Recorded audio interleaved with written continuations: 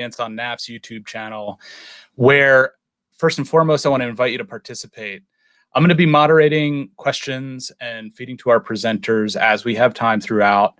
While you're on YouTube, I hope you'll browse some of the video content that alumni and industry partners have been producing over the last several weeks as ways of encouraging our aspiring leaders in academies all over the country.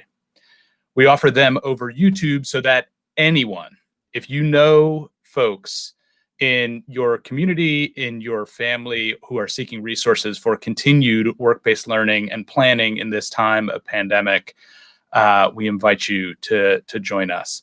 Without further ado, I want to welcome JD Hoy. Thanks, Mark. Hi, I'm JD Hoy. I'm the CEO of NAF. And I guess I want to orient you to this YouTube opportunity around what happens when good people just reach out to find out how they're doing, and great staff people take it and turn it into something bigger than just a conversation. So shout out to Helen Blanche, who took a series of phone calls that I was doing and turned it into an opportunity to broaden a network of partners to solve problems. At the end of the day, for me, leadership matters. You know, the old saying of watch what they say, watch what they do. If they don't match, watch what they do.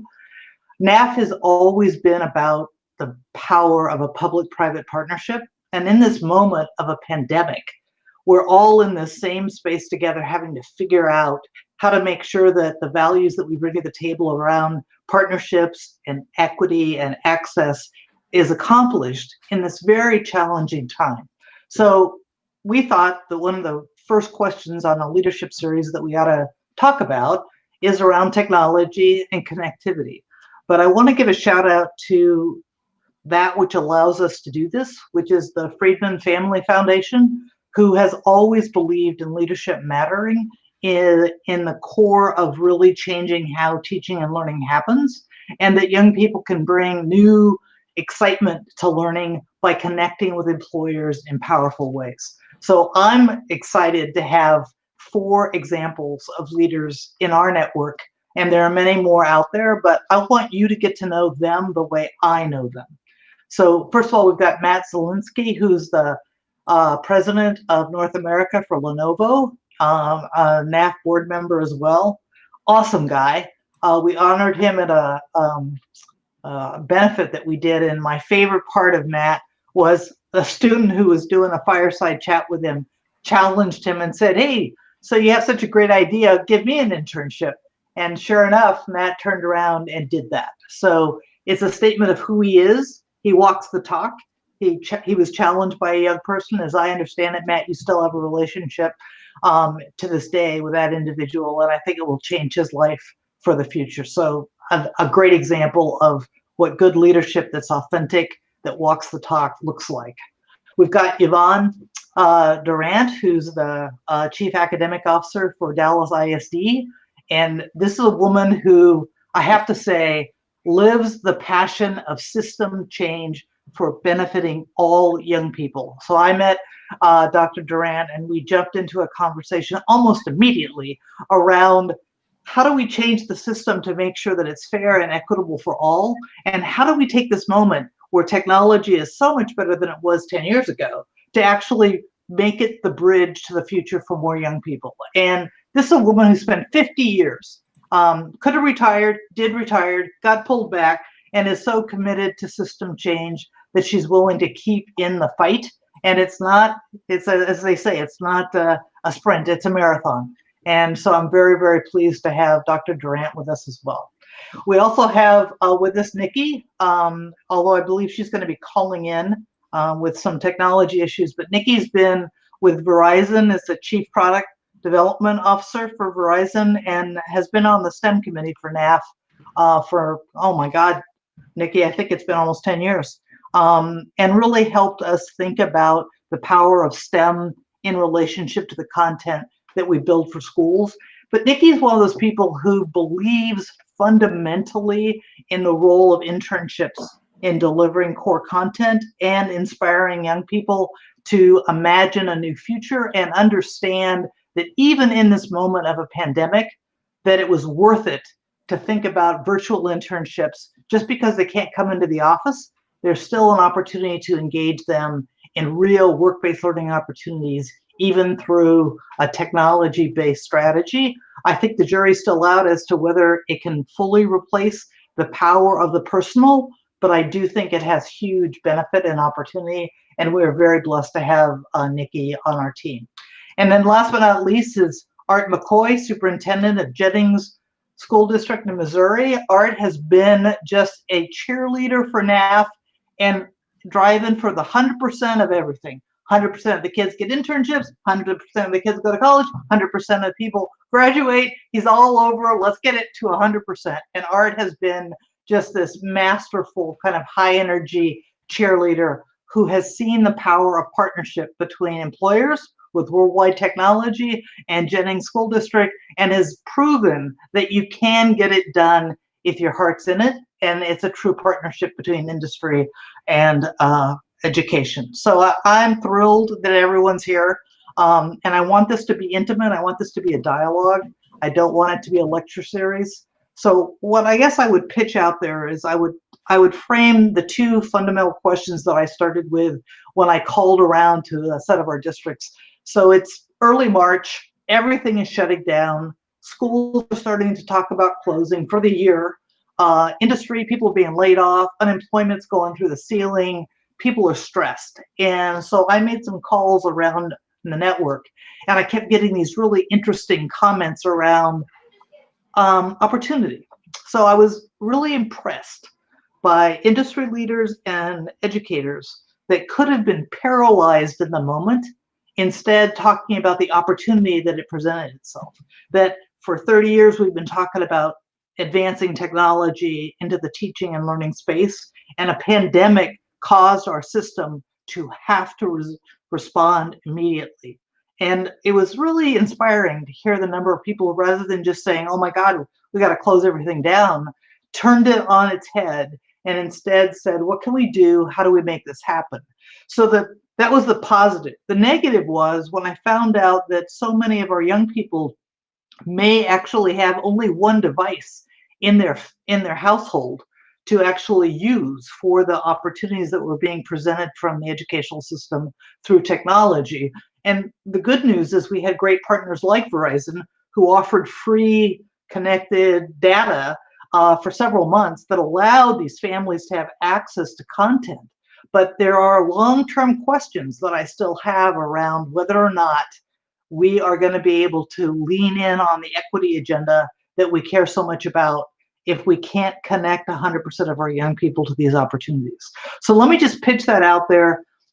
Start with Matt and just ask the question from a content perspective. You're somebody who's been in sales and you lead Lenovo and you've done masterful things with MIT to help us build the content around app development and how to inspire young people. What are some of the aha moments that you felt as a result of this pandemic and this shutdown in schools? Well, first of all, good to see you as always. And as you were talking, it literally took me right back to when this all hit the fan and about the early March timeframe. And for the first time ever, you know, as a tech person, you literally felt that what you now do is a matter of life and death. And so even before we get to all the noble things around remote learning, the very first thing as a company, as an industry, frankly, we did was we dropped everything to try to play some small part in the front lines. And that is a very small part relative to the rest of the healthcare ecosystem, et cetera. But we immediately diverted every amount of equity, financial resources, people to making sure that we had the right technology to the front lines for diagnosis, for virtual rounding, to play some part in taking frontline healthcare workers 20, 30, 40 feet away from potential COVID victims, et cetera. So all of a sudden you were just immediately immersed in, oh my gosh, I've got to get technology out there to literally save lives. And then, you know, throughout the course of getting cases to go down and hospitalizations to go down, and even in tandem with that, it became a lot about, okay, school's officially closed. And now we have to make sure we get technology into the hands that need it the most. And, you know, it's funny, coincidentally, our tagline as a company has, for the last couple of years, been smarter technology for all. We talk a lot about intelligent transformation and how we want to fundamentally change the way people live, work, play, and learn for the better of all humanity. And that we always live that. And there was a bit of marketing rhetoric in there that is a little bit obvious, but all of that comes to life immediately when we start to get to a period like COVID, where again, you get to a point where technology is just so required and not everybody has access to that. So there were a couple of, I'll call it knee-jerk reactions as an oversimplified way to say how we reacted quickly. But immediately it was, for a fairly massive company, let's give as much as we possibly can immediately to places that don't have access. We know there's this digital divide, and our mission has been trying to shrink that. COVID has made that even more pronounced. So immediately it was, upwards of $1 million to North Carolina K through 12 schools, 400,000 Chromebooks to the state of California. There's probably $1 million worth of Land School license which is our virtual platform to deliver content in a virtual classroom sort of an environment. We just decided we just went as crazy as we could, immediately as we could, to give as much back as we could. But that wasn't enough. And then the PC ecosystem was overtaken by this immediate demand that has surfaced as a result that we still can't address as an ecosystem. That will take months to fill up the full needs of all these things, and that's a continual work in progress. And I would say that the third part that we've learned is, okay, let's assume for a second, we've done some good things to fight COVID. We're doing all the things we can to make sure that technology gets into the hands of everybody. Then you've got to figure out, holy smokes, in this new world, how do you now adapt to use this technology as a student and as a teacher? So, I could go on and on with an open microphone on this topic, but hopefully that gives you just a bit of color of a day in the life of Lenovo and how we've tried to do everything possible, to address this. And we still have a lot of work to do, and it's going to be the full course of the year until we borderline get this right. Thanks, Matt. I mean, I think, at the end of the day, leadership matters. So I so appreciate what you're doing and how Lenovo as a company and all of your employees have stood up to this test. The pivot point, too, is the same kind of pressures that you feel inside a school district where you have thousands of students, uneven access, trying to push out quality at the same time. Yvonne, what would you kind of jump out at you? What are the big challenges that you face that I think you've addressed quite well, trying to get content in the hands of all kids? Right. So one of the first things, and thank you, JD, for having me here this afternoon. One of the first things that we did, that for the first time in 50 years, I didn't get a spring break. And that was a small price to pay, because we had the good fortune of having that whole week so that we turned it on a dime. We started creating classes that could be done either online or paper pencil. We invited the students to come back after spring break to pick up any of their workbooks, any of their Chromebooks, any devices that we had. We invited them back. Right after that, we realized that we had classes going. We had our curriculum. We went ahead and we translated it into 7 different languages, and Wow. then realized, wow, connectivity, that's the big issue. So our superintendent jumped right in with something he calls Operation Connectivity.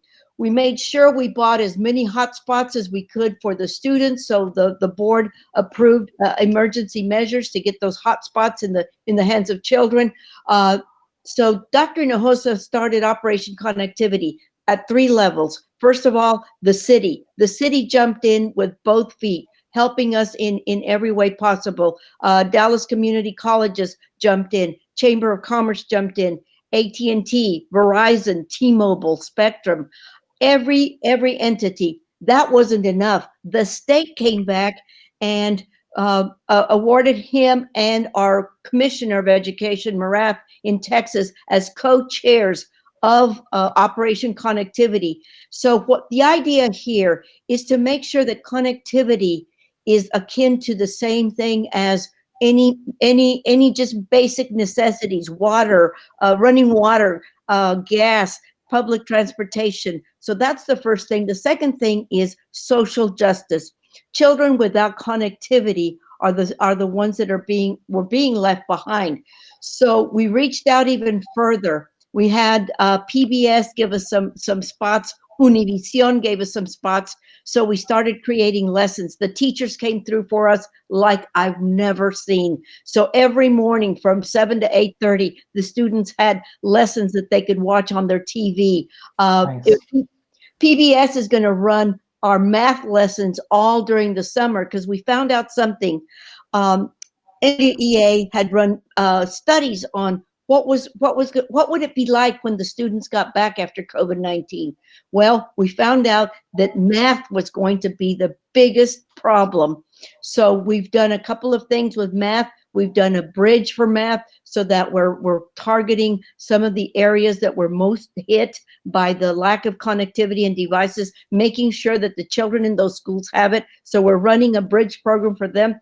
Additionally, PBS is going to run our math lessons from 9 a.m. to 2 p.m. running math lessons every hour, every half hour, so that every grade level will be there. We're making sure that the students will have their devices to work with. Right now, as I conferred with our chief of technology in the district, the two things that we're looking at is an upgrade from our Chromebooks, because our Chromebooks are fine for certain things, but they can't handle the CAD software. Anything that is more sophisticated for our students in our academies, in our NAF academies that are going into engineering. So that's one thing we're working for, and the other thing we're working toward is to get a stronger connectivity. Because even though we have hotspots for them, we found out that by putting Wi-Fi on buses and parking the buses in critical places, students would have a stronger connection. So just to wrap that around, it's a connectivity, it's the devices, but getting creative at every corner. And we were very fortunate that at every level we've come through. Dr. Hinojosa has also taken this nationally. So Council of Great City Schools, the American Association of School Administrators, as well as the Council of Chief School Officers have really come in to support this effort. So it's an ongoing effort for connectivity. That's awesome. You know, it's only natural I would see if Nikki's on the line with Verizon. I mean, connectivity seems to be a fundamental barrier that has to be solved to get this done. And we've known for years, right, that before there was COVID, there was summer and kids would lose ground, right? They would lose time on learning. And those students that had enriched summer activities kept going.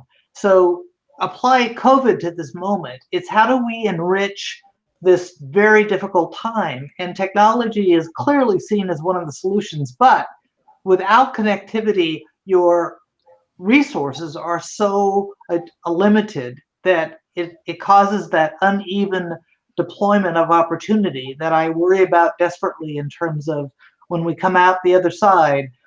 I want to make sure all of our kids haven't been left behind. So, Nikki, are you on the line? Yes. Can you hear me, JD? I can. Okay, fantastic. Thanks again for the opportunity to join you. Audio only today, but thanks to be with you and these great panelists that you've assembled. So, boy, where to start? I mean, the events in the news recently, starting with the global pandemic, moving to racial injustice and the protests, just to take a step back, it really puts into perspective how important connectivity is. And it's already been discussed here in this meeting. But sometimes it is as basic as a phone call or a text that can really be the difference between life and death, literally. But it can also be the lifeline for opportunity. And we've all experienced that, as Matt, pointed out at the onset, to be able to work from home, to be able to connect, and now to be able to learn from home is more important than ever. And, while Verizon is, we're proud to be the largest provider of wireless service in the United States and the largest rural provider, but it really doesn't mean that our job is anywhere near done. Parts of this country still face challenges with basic coverage and affordability. So addressing the digital divide here and providing opportunities that connectivity brings, that's one of our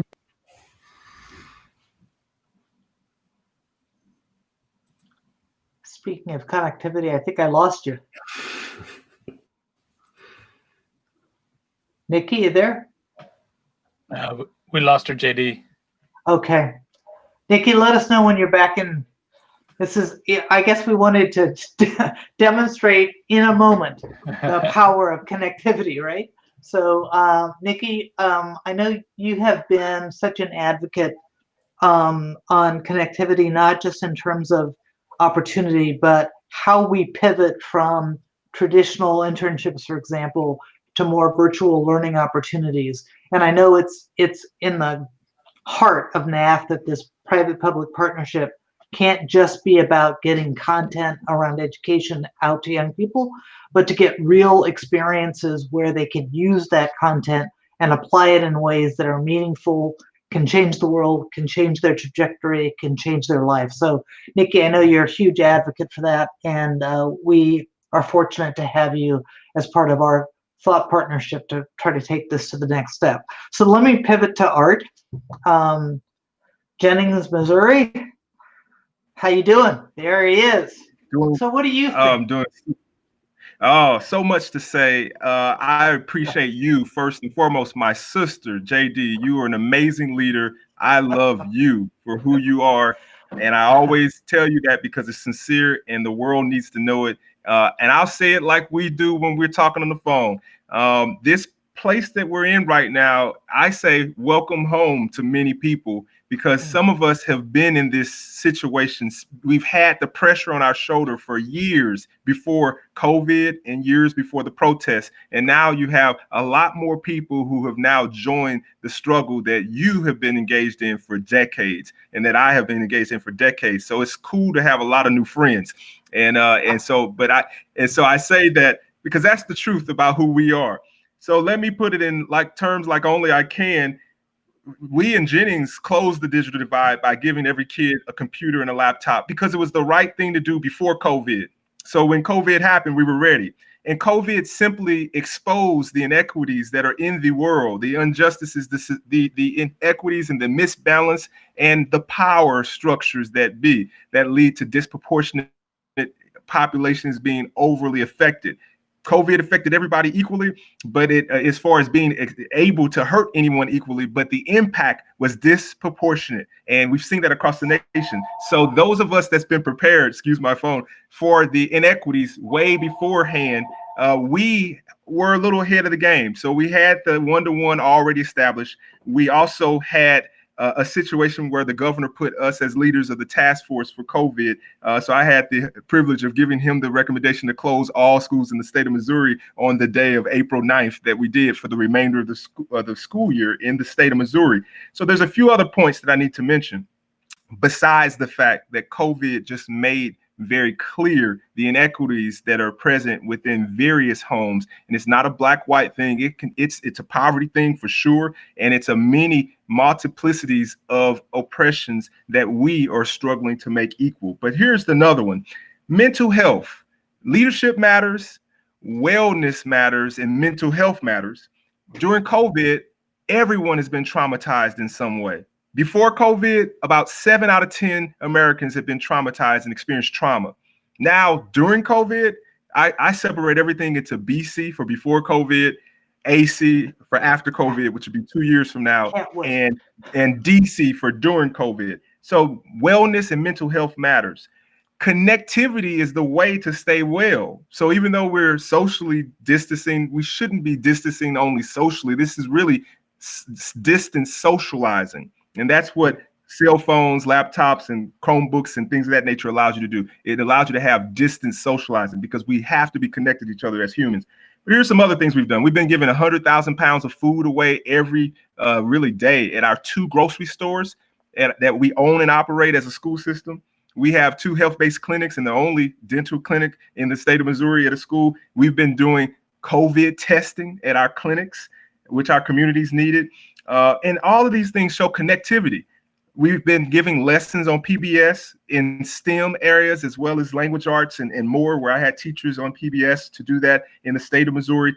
We've also been working to redefine what 21st century skills are. because before COVID, BC, we had a template for 21st century skills.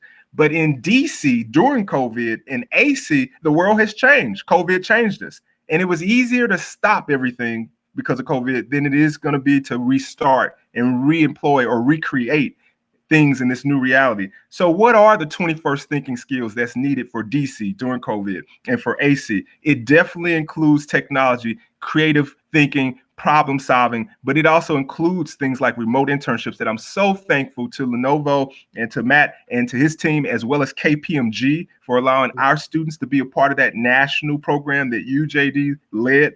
It's a new 21st century skill requirement. And even if it's not equal to what internships used to be before COVID BC, the reality is that COVID is going to have us be here in this situation for about 2 years into a vaccine or into herd immunity. It's going to take to May 22 approximately. Even if there's a vaccine created by the end of this year, the bottom line is people aren't going to feel safe taking it until they know that no one's going to die from that any sooner than others. Right. So thank you for the leadership. I appreciate the internships and more and the opportunity. Thank you for your enthusiastic support. It's so, I can feel it all the way through. I can feel it. Art, appreciate it. You know, it comes to mind for me, both on Art's comments and Yvonne's comments, when they were talking about PBS and instruction and how we use technology to push content out. We have parents all over this country who have been now put in the role of teaching, and are scrambling, and they're trying to figure out how to do right by their students. And now, as we start to open up, now they're struggling with who takes care of my students while I try to get forced to go back to work. So how are you in the school districts navigating the new role of parents, new parental instruction? They are also the employees of the Verizons and the Lenovos. So they fill a bunch of different roles here. How can we leverage that in a way that's healthy for everybody?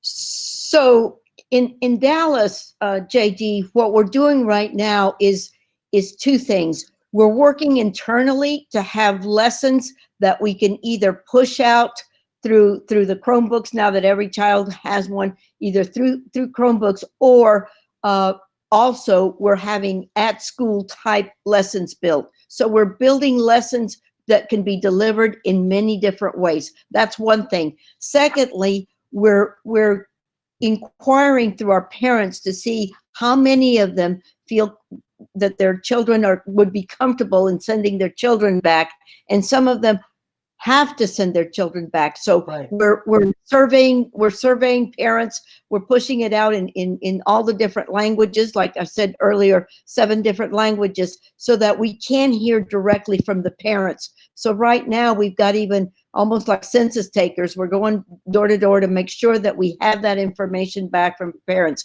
because we have to be flexible in the schools. If they have to send the children to school because they have no other place to go, and we want the children to keep learning and be safe, we've got that for them. But if they just do not feel comfortable with us, we also have the capability of pushing it out digitally. Art, similar, same with you, pretty much? Yes. I think you hit it on the head when you say and ask how you're transitioning teachers to, or parents to, the role of teachers. I remind parents that you were and are your child's first teacher. In most instances, parent, surrogate parent, guardians, they're the first teacher. And I share with them that this is not the equivalent of homeschooling, where you create the content, that you make the content, and that you choose the content regardless of state standards or the resources. And I explained to them that while you are engaged in the process, that's important. Your child knows you best and better than we know your child. So communicate to them. It's about you breaking down the knowledge, and we will give you every tool possible. Now, granted, that's for the cases where your preschoolers, your kindergartens, your first graders, and second graders who are learning on PBS and seeing a show and then having a parent articulate to them the core standards that a teacher just said on the screen. They need that interaction at those levels. At the high school grade levels, at the middle school levels, and even third grade and on, you have things like Zoom classrooms, Google Classrooms, Ingenuity, and so forth, and students are accessing that. And so I believe that we have an opportunity to change what education has been constructed. I applaud Dr. Durant for being in the field for 50 years because that's commendable. And I don't even know if I have that in me in the system per se. That's commendable. But I know that she's excited, like all get out, like I am, that education was not created to meet every child's need at the speed of the need. That's equity, meeting every need at the speed of the need. We've more so been about equality, giving adequate education to all, meeting towards the middle. Now we're forced to be about equity. And that's a first in the history of the United States. And so it's exciting to be a part of this history making. And it's also a huge challenge. And I'm up for the challenge because we were born for this moment. That's awesome. So back to our business partners. Obviously, Matt, you and Nikki both have employees that are parents that have kids that they're now teaching at home at the same time. What kinds of conversations are you having inside your companies around the transition of teaching and learning as a result of this moment? Well, as a proud father of a 4-year-old and a 7-year-old that has lived on an airplane for the last 15 years, I can personally say it's an adjustment. And certainly for an organization that is very remote and very committed, and it's a high impact, very fast business, it's been a challenge. And honestly, from an employee standpoint, what we've said is, look, everybody take a deep breath, and we need to allow employees to basically structure in their day time for their family. There is a green block on my calendar every day that says time with Charlie, time with cause. That's my son and my daughter's name. And we've encouraged that for every single employee. And burnout is really easy. I mean, I personally sit in front of my Think Smart View and my webcam here for at least 10 hours, 12 hours a day. It's actually more grueling for everybody than it was previously. Add on to that, the dynamic of having kids in the home and having to help educate kids in the home. It's just been, it's been a journey. And as a company, we've also tried to afford technology for our employees that we deem as so critical. And then just the added flexibility and understanding that says, look, you have to take time, you have to build it into your day, and we've got your back in order to go do that. A couple of things I'm compelled. I was scribbling a few different notes, listening very intently to Dr. McCoy and Dr. Durant, very articulate, and it just some things I wanted to draw some data around to further color what they were saying.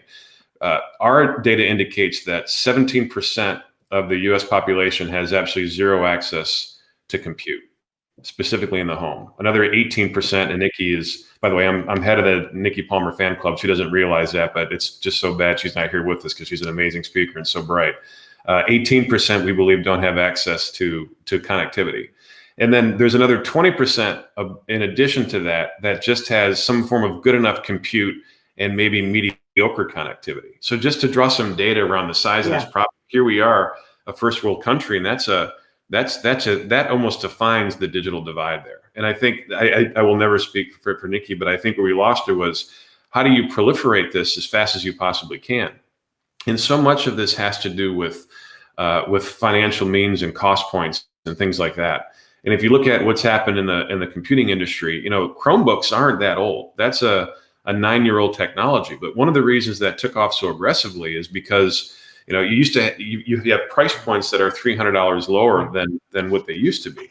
And matter of fact, just today I was on the phone with Microsoft. Let's not forget the other big software vendor out there about how we all recognize we have this digital divide and what we can do further to take cost out of technology. Because frankly, a PC is probably more critical than a textbook. It is the access to information. Pre-COVID, during COVID, post-COVID, I love the BC, DC, and AC.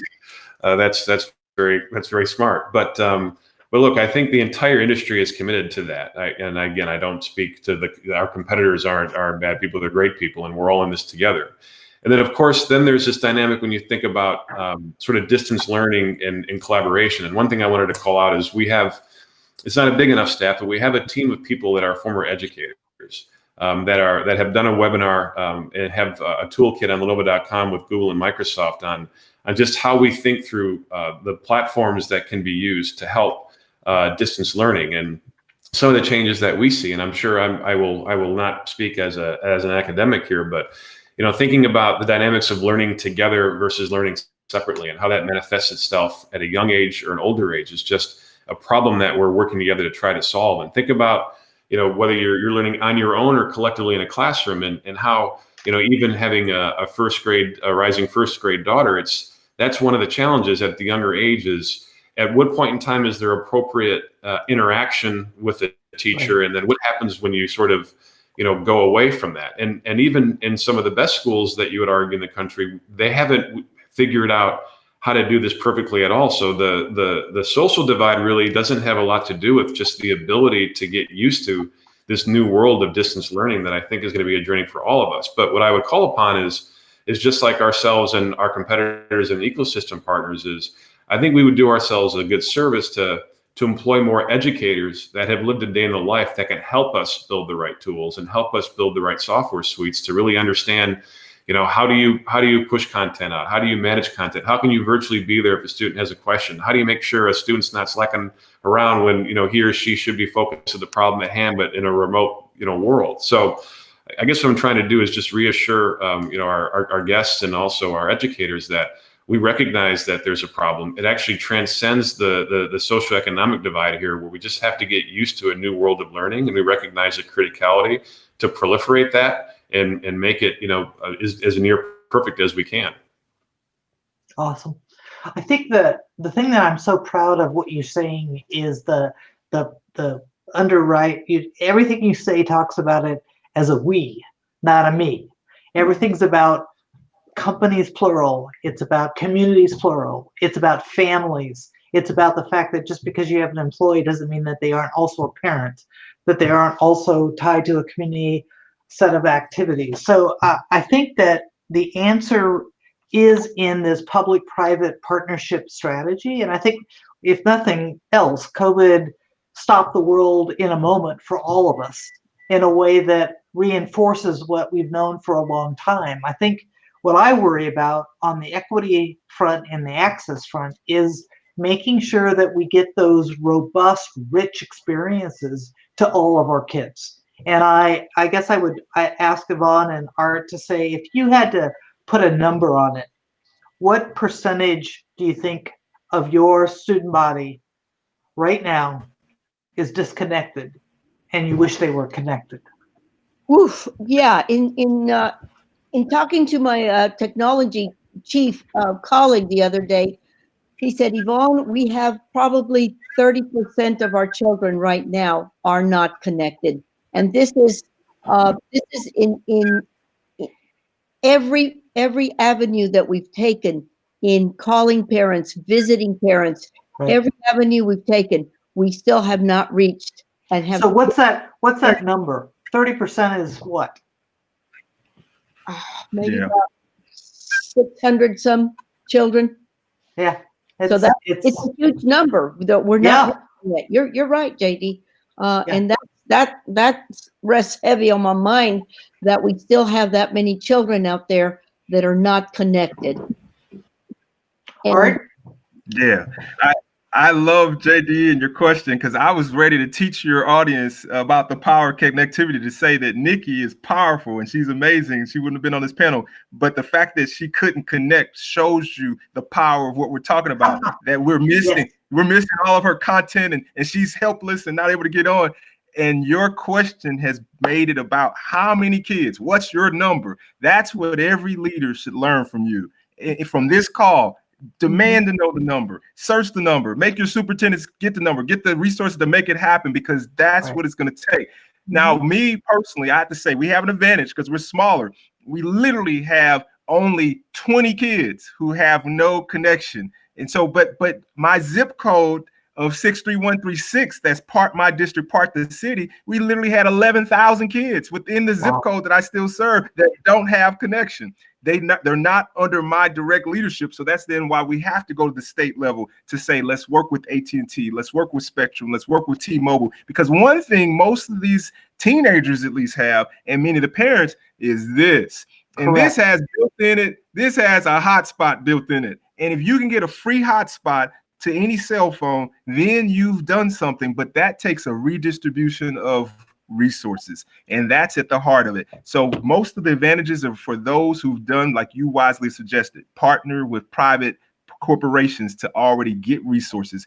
We now need to redistribute those resources to people who may not have ever had that access. So to that point, Art, one of the things that came up in the phone calls that generated this opportunity to kind of have a conversation and let the world watch us while we talk was realizing that, to your point, the phone may be the device in a family. But then we have to also understand that in that family, there could be 4 or 5 or 6 people needing to use that same singular device. So what that does, I think, for us is if we're going to push content out, we're going to use technology to try to level the playing field, we've got to think around content in soundbite pieces in much smaller doses than we would normally do in a standalone classroom in order to accommodate the realities of what people have access to. That's right. Would you agree? So that's spot on. I can't even add anything to it. It's spot on. But the politics, right? So instead, what I hear from parents is, well, what are the schools doing, man? They will only teach my student for 20 minutes. Well, guess what? 20 minutes is the dosage that they have to kind of distribute in order to get equity out to everybody. But the perception of the beneficiary, the parent looking, saying that's not good enough. Schools aren't doing what they should do. We've got to have a really big dialogue about what equity and education looks like in a community that is not your job or my job, it's our job. Yeah. That's You're right. Just jumping on that, like as you just said, the diversity that we have in our schools also is from the very, very wealthy to the very, very poor. So we've got that diversity. However, the majority of our students are low socioeconomic status. So their number one concern for the first month and a half was food. We've got to have food. So Yeah. just like Dr. McCoy did, we jumped on that bandwagon. In fact, we're still delivering food. We're still offering food for our families. Secondly, we're now looking not just at delivering lessons, but the quality of the lessons that we're delivering. Now we're looking at high cognitive demand lessons instead of just pushing something out so that we can check the box and say, yeah, we offered that. We're looking at making sure that we have more devices in the home so that it becomes more of a one-on-one. Initially, it was enough. Yeah, we've got at least 2 devices in our home. Not anymore. We've got to make sure that every child has that device. So the third thing is we're now upgrading the devices of our high school students who are also doing dual credit with our community college. So for all of our P-Tech students that are also going to college, we've had to have an upgrade on their devices. So in a way, we're talking everything from food to high class problems of getting stronger devices in the hands of our students. Yeah, I would add to this. So I want to take it to another place. And what you said is true, Dr. Durant. So when I say we're working on new 21st century skills, this is what it means. So there's going to be a need for some people to physically be in school for a variety of reasons. And that includes neglect. If they're not there, they will be subject to no adult being around because they are the essential workers. Again, only 1 out of 5 African Americans can work remotely, according to data. Only 1 out of 6 Latinos. So that means 4 out of 5 African Americans and 5 out of 6 Latinos are essential to going every day. Right. Therefore, you need some childcare. Education is serviced as childcare is served as that, and that's regardless. So that answers the question to these 15-minute chunks not being adequate for the parent because they needed you more than just knowledge. They needed you for more than just knowledge. They needed you for actual childcare, right, which is in the constitution of most states called loco parentes. You're in place of the parent, literally. So that's an issue where some schools will have to have accommodations and physically open for the sake of that. Some have to open for civility because truly an educated electorate is essential for democracy. We see this now with protests on the streets, but protests only get your attention. It's democracy that actually makes a movement for a new covenant with America. And so to close down the very engine and system that educates the electorate is going to be harmful for the democracy. So you need something for civility. Thirdly, what we have to talk about is teachers are at most risk. You're going to see research come out, if you haven't already seen it, saying that young people have died less. School-age children is still in the country at 0.0% death rate. It's the adults that's going to ultimately have to face life or death just to come to work. So in many instances, we have to have the courage of a firefighter, where you may be walking to a fire called your classroom. Right. And the only thing that may put out that fire is distance. And the only thing that may help is a mask, but it's going to take courage. And so really, when you ask, what does equity look like? It looks like our system being a public servant to really massage itself to a new way that gives the people all of that. A little bit in person, a little bit online for those who can do it, a little bit of hybrid, blended, and ultimately all of it based off of what students need first, and not even the adults who are at greatest risk. That takes courage. That's where we're at in our area. Well said. Very well said. I mean, I think, you know, I continue to maintain this level of optimism because of people like you, people like Matt, people like Nikki, who are willing to not just wait for somebody else to solve the problem, but instead lean in and aspire to be all for all that we could be as an organization. I want to offer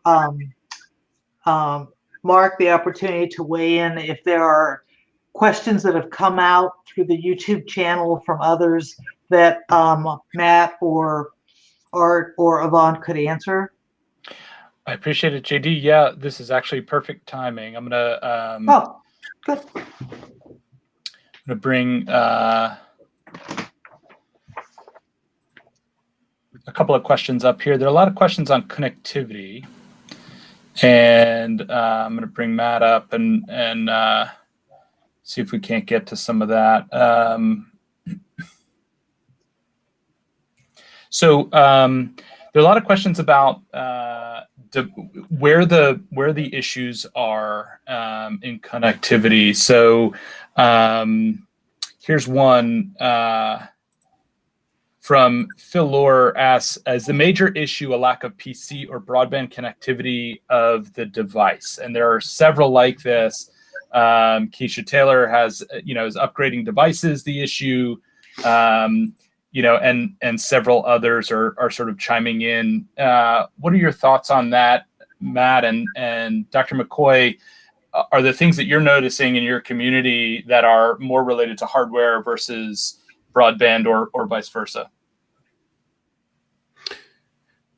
Shall I start that on a couple, Dr. McCoy? All right, so here's the look. On the connectivity piece, let me just give you our data, and it really is about a 1 point differential as in terms of, what's the problem, devices or connectivity. 17% of the problem is devices, 18% is connectivity, and usually those two things don't overlap very much. They're usually very, very much in tandem. So I would say it's equal parts.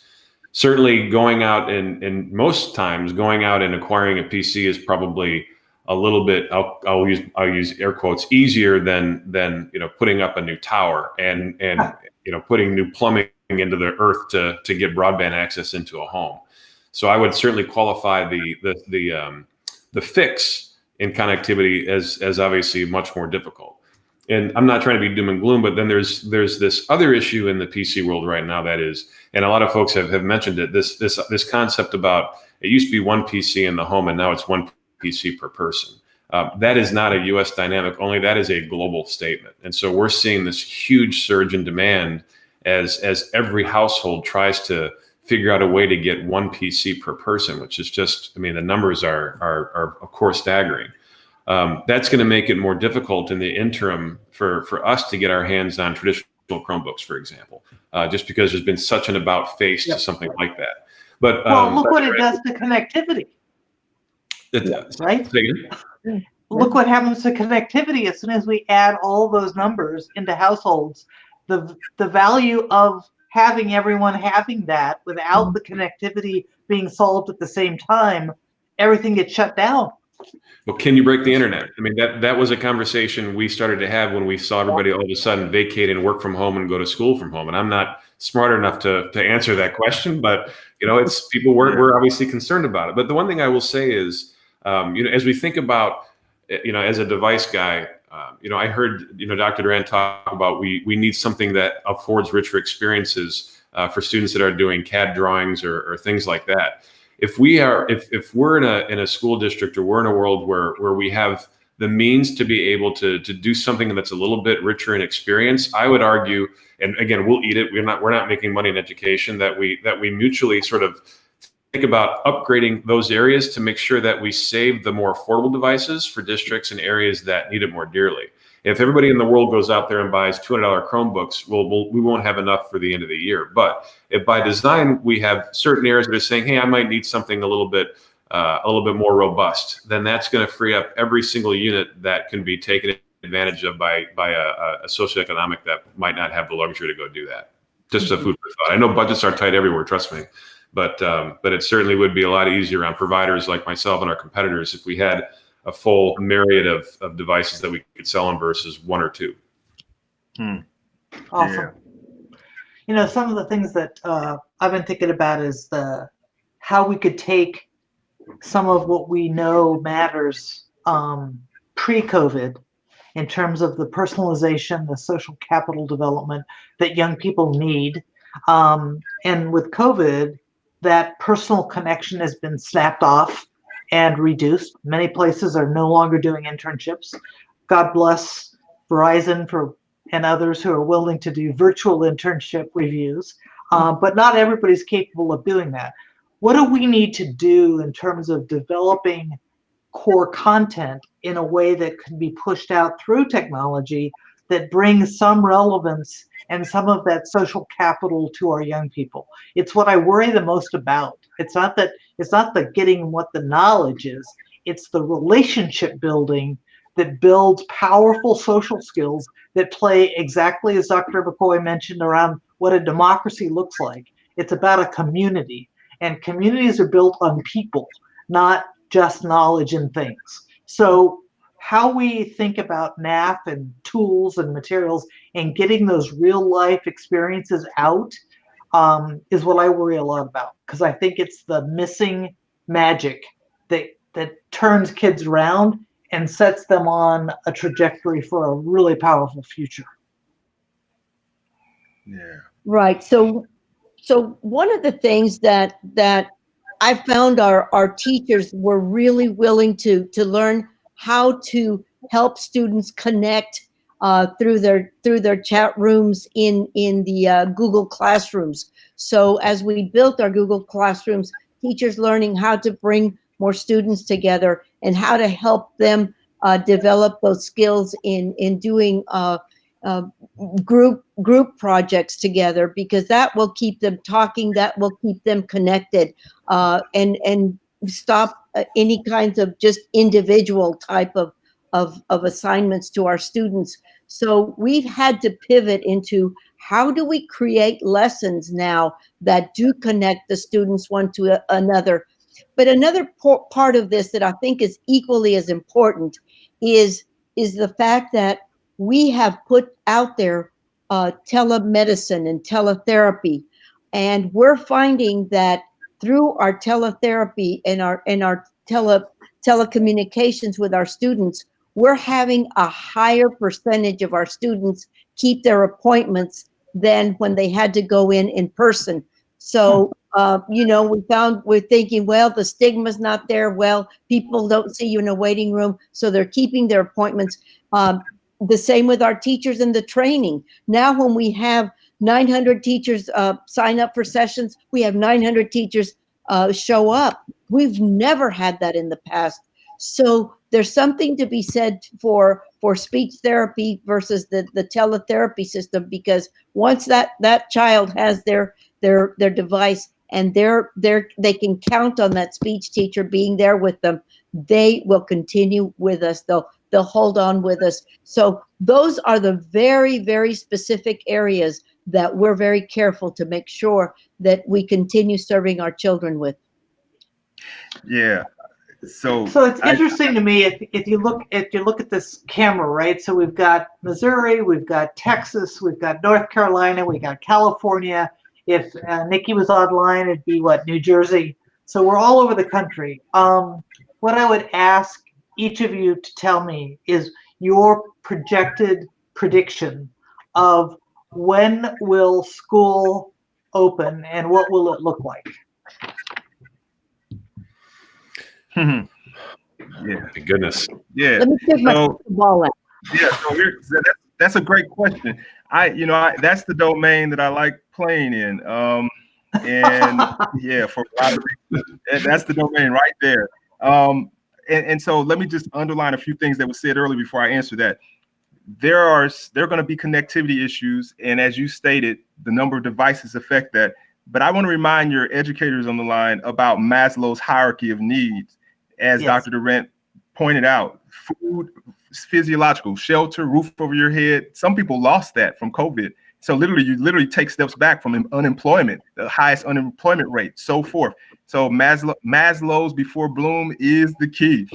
Thank you, Jeff, for sharing that. And that's right on the point. So first, physiological. Then you have the issue of like safety and well-being. Then you have the issue of connectivity, belonging, and love. Then you have the issue of esteem, like what you get when you're in a safe environment with the democracy, where you can be with someone and feel like you're loved and feel like you belong, and now you esteem it. Then you get to self-actualization, like that true internalization that I know that I know. I know that I know, and I know together that we are stronger than me. And so now that we've established that is the psyche of the human mind, DC is during COVID and BC is before. It was easy before COVID. But it's going to be difficult DC. The glimmer of hope for me is that you do have a lot of introvert students who are more engaged now during DC because of now the feeling of freedom of not having the pressure on themselves and so forth to do certain things or be received certain ways and so forth. And they are showing up more, not only to tele appointments and medicine appointments, but also to Google Classrooms and Zoom classrooms and so forth. And they're producing more. They'll do more assignments and skip the lecture. So competency-based grading, where you get credit without the seat time in class, is that shift in thinking that 15 minutes of lessons is fine if you only needed 5 anyway, because you already knew it. And so competency-based grading, giving an assessment to start and not teaching something just because the state said you had to, or your superintendent said you had to, because of mastery-based learning. They mastered it the first time. So don't go through the other 5 lessons. So when you ask the question of when will school start, it begs the question of what will it look like? And so I believe that different states and different regions are going to start at different times on the basis of higher concentrations of transmission. One of the things we did was I had a team of 30 of my staff become contact tracers as teachers. And I encourage you to go on to Johns Hopkins University course for contact tracing. It's still free. It took me about 6 hours to complete. It took some of my teachers, the longest person, it took about 2 days to complete, but I'm a certified contact tracer. It's going to take that. If you're going to bring students back to school in whatever month, August or whatever, you need to have that new knowledge. Don't cop out. Don't punk out. Be a lifelong learner, because it really is a life or death matter now. So let's get to it. And so my team has done it. But when is also this. I have a social responsibility, a moral obligation to be socially just. So I'm starting in July because of that civility thing. I have students coming July 6th. And I'm doing it in a way that they're going to live. My teachers are going to live, and my students are going to live, and they're going to get back some of that time that they may have lost. And then we're going to start on time. But it's those 3 options: some physical in person, some blended, where it's an A-day, B-day schedule to keep the capacity at 50% throughout the whole school year, and then some 100% virtual because they're at high risk. And I believe that we'll have most of our schools starting by September. But research is going to come out and say, hey, kids are not going to be at risk as much and so forth. And there's going to be pressure. And so just be prepared to be courageous. Yes. So as I look at the state of Texas, the great Republic of Texas, West Texas school districts, we have El Paso, Isleta Socorro. They're planning on starting July 27th, and they're starting virtually. We're going to wait till August the 17th. That's our start date for our students.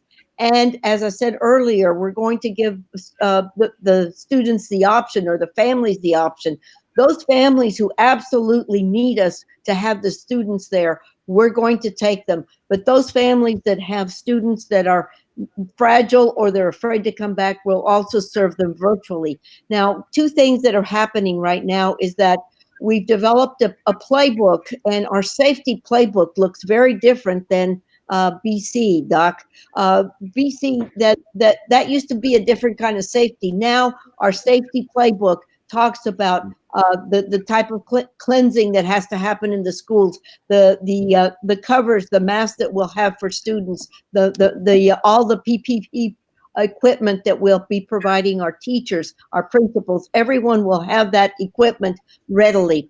The other playbook that we're right now in the throes of finishing is our playbook for instruction. And as I said earlier, we're planning on coming back or doing virtual, or doing having the students come in the elementary up to 12 years old, and having the upper grades or the middle and high school students do virtual lessons. So we've got different configurations. Next Thursday, we'll be finding out from our commissioner what the state of Texas is going to be offering the school districts. But that's where we are right now.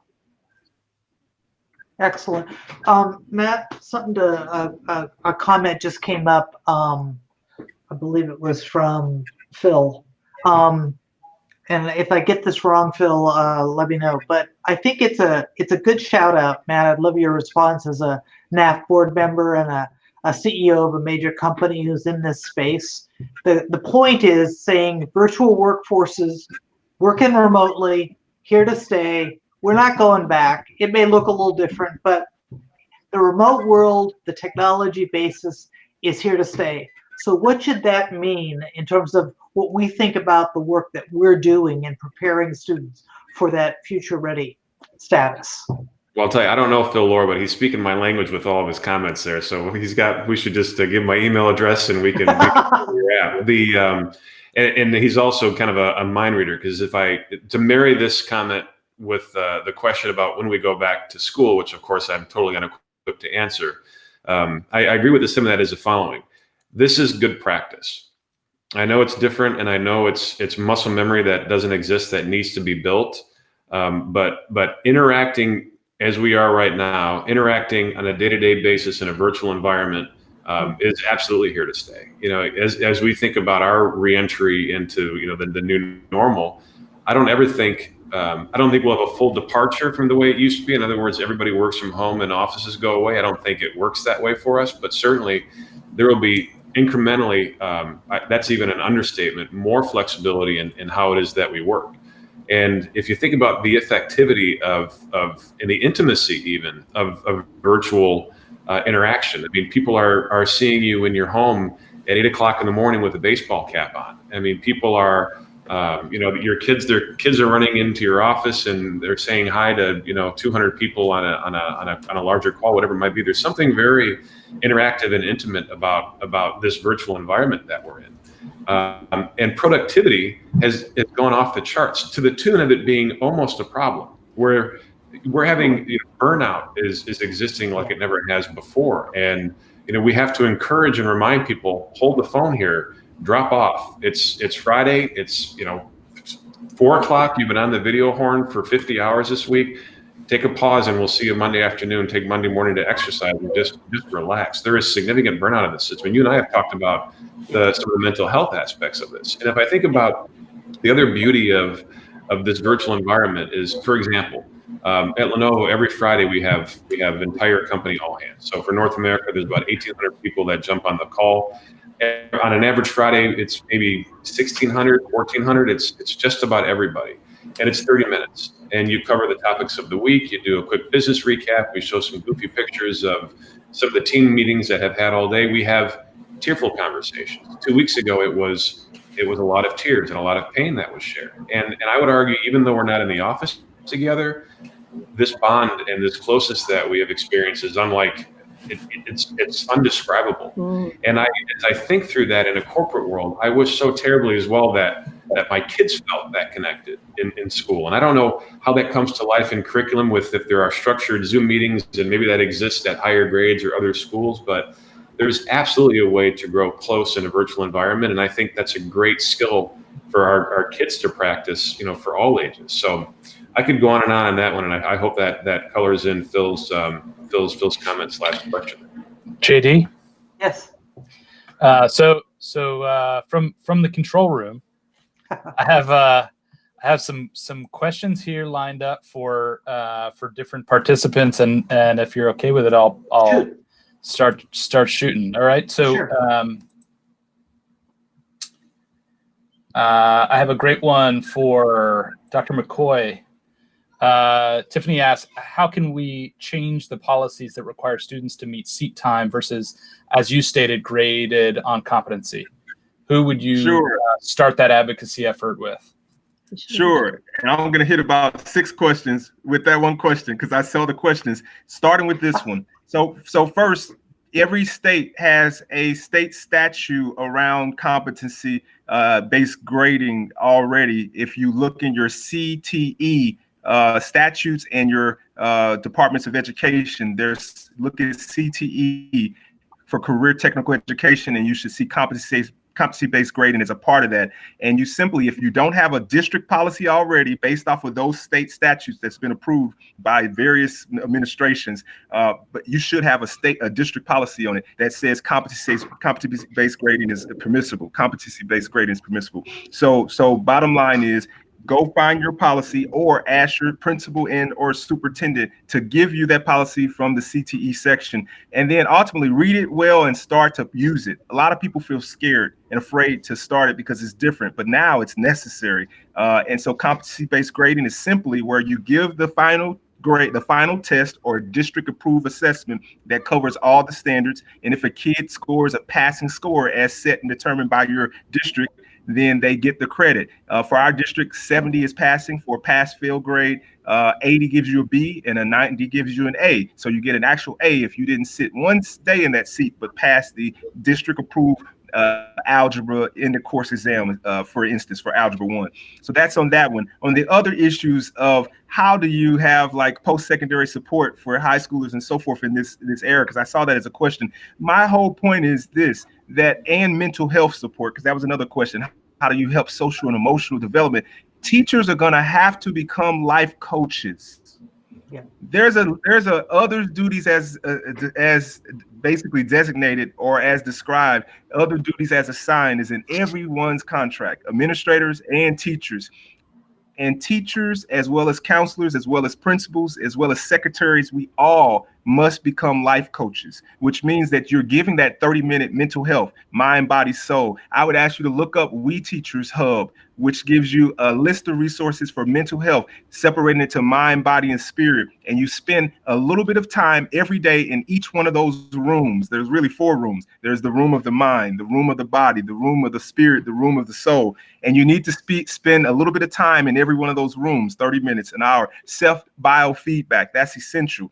You as teachers, you as secretaries, you as principals, all of us, even as a superintendent, I lead mine every week in something called managing and maintaining well-being and mental health with HR. You have to address every part of that room and be a life coach. We had our first kid go to Harvard during COVID situation, perfect score on the ACT. And bottom line is, we were being life coaches the whole way through.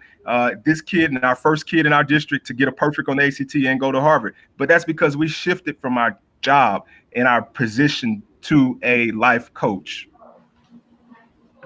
Beautiful. I have a question for you and Dr. Duran. Cindy Brown asks about what strategies districts are using to mentor our youth and address the social emotional needs of students when school reopens. So there's several things that we've got in the hopper right now. Our teachers this summer, as I said, are going through training, and most of the training has been social emotional. And one of the things we're finding out is that when those teachers are signing up, they're really wanting to know, what can I do for my students when we get back together? What is it that I need to really support them with? So that's the first thing that we really cherish. We really want to get going. The second thing is at our at-home learning hub, which is on the opening page of the Dallas ISD. There's a portion there. You go to at-home learning. There's SEL. So there, parents can also access all of our SEL activities. And the third thing we do is we have parent-to-parent sessions or straight-out parent sessions, and we walk the parents through all of the free resources that we have for them. For this summer, in addition to SEL, we put in visual and performing arts, open to anybody in the United States or the world that wants to get into our at-home learning. So you have visual and performing arts. We have virtual field trips. These are field trips that the parents can take with their children without leaving home. So we value that aspect of it. So you have visual and performing arts, you have the virtual field trips, you have this SEL, and you also have the physical education. So all of those are available right now to our students and our parents virtually. But in addition to that, teachers are getting trained right now as to how to engage and how to focus on our students' well-being as soon as they get back. So a quick comment. It seems to me, it feels to me, so I'll do a reality check. It feels to me like Dr. McCoy, Dr. Durant, you're in districts that have leaned in hard on navigating the challenges of COVID, caring about the whole child, families, parents, acknowledging that employers are full partners, they're citizens of your community. But how we get the access knowledge out into our community, what I worry about is everything that you've said is like so powerful. I mean, competency-based learning, get away from seat time, let's measure proficiency. All of these things are really powerful, and it's where I think we ought to be. How do we get, in partnership with industry, this level of knowledge, of details, into the community so that parents and students can take advantage of it? I worry that it's going to fly right by the very people who need it the most. So That's so true. So yeah, Okay, so can I jump in, Dr. McCoy, and I'll go ahead, Dr. Red. Go ahead. Yeah.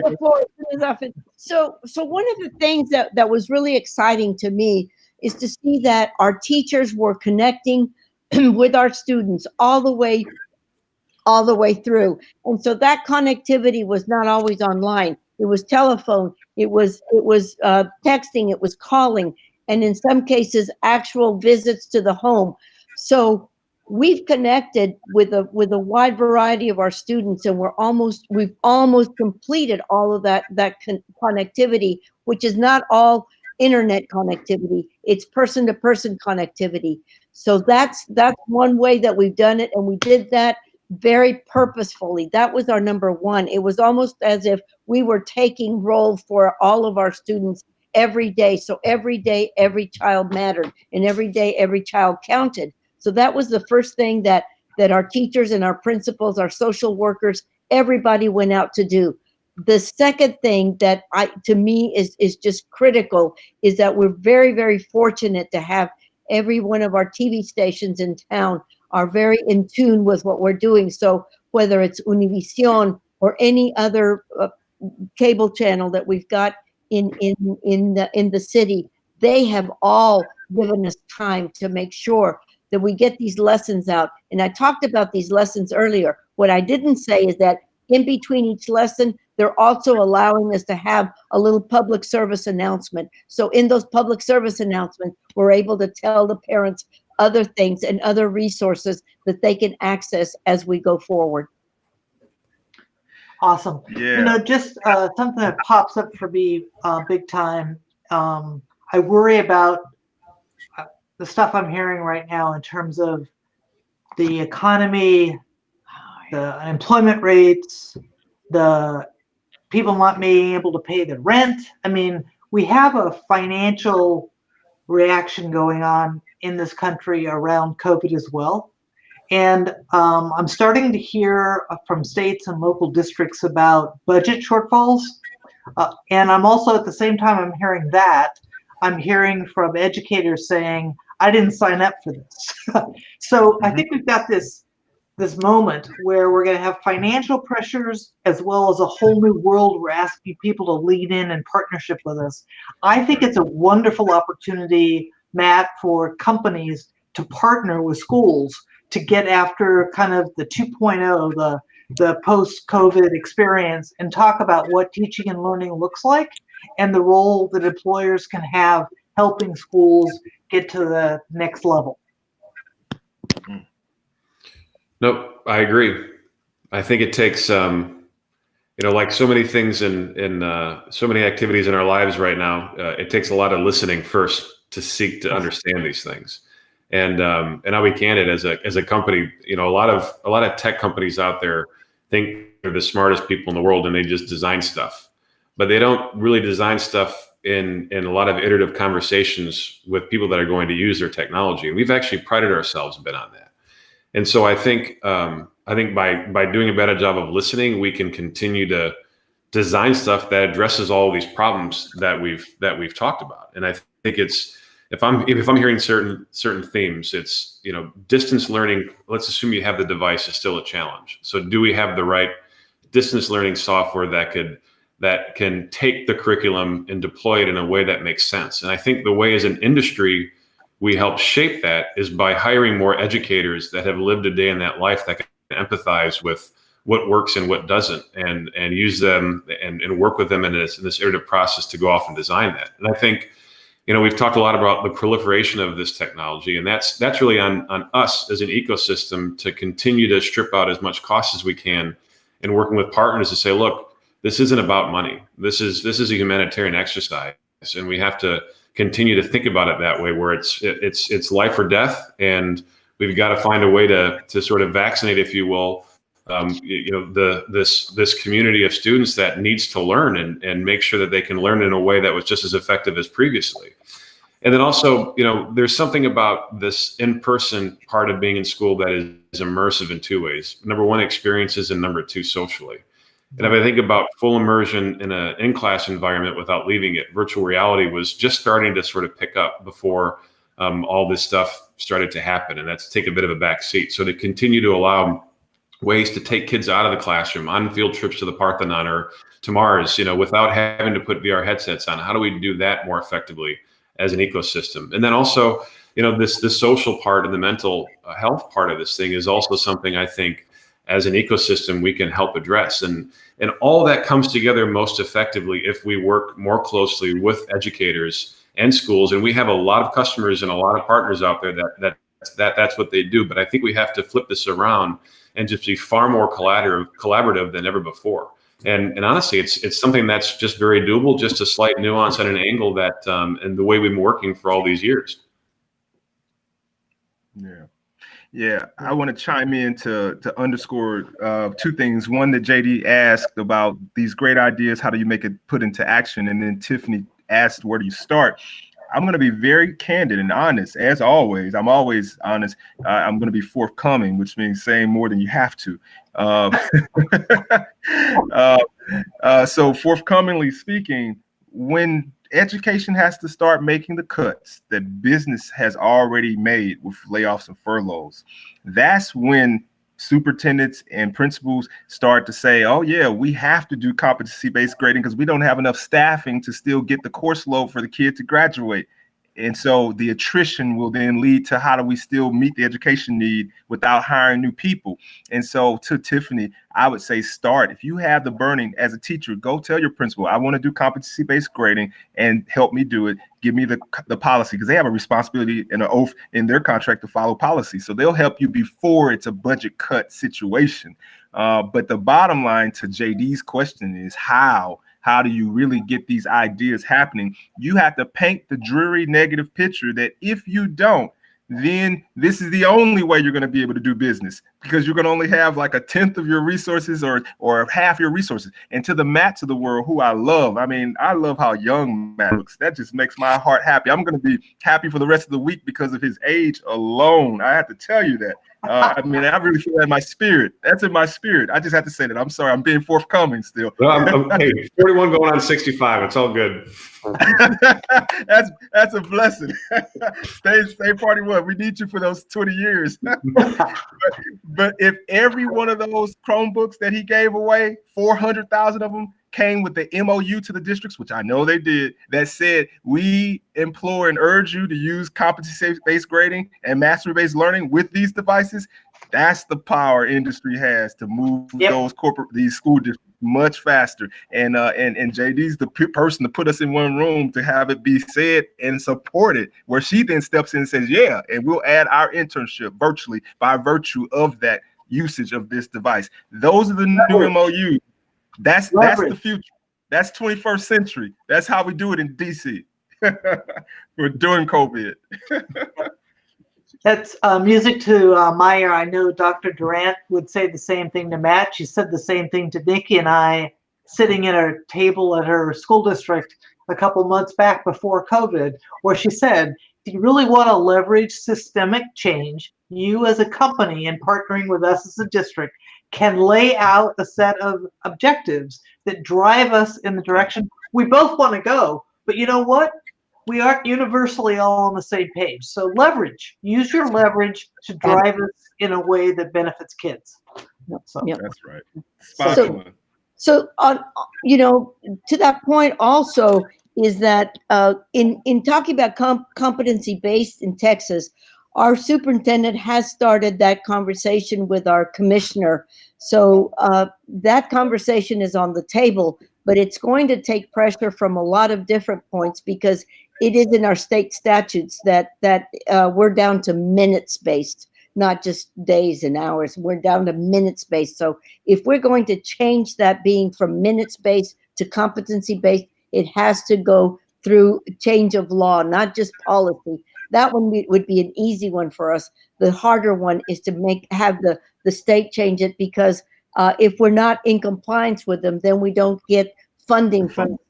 If we don't get the funding, we can't open our schools. So that's one place to go, is start with a commissioner, but also folks, and I'll say this again, I know JD, you just told it to us, and that is, as a business and districts and community hold hands on this, putting pressure to the right people, putting pressure on the right lawmakers so that they can go back and make those changes.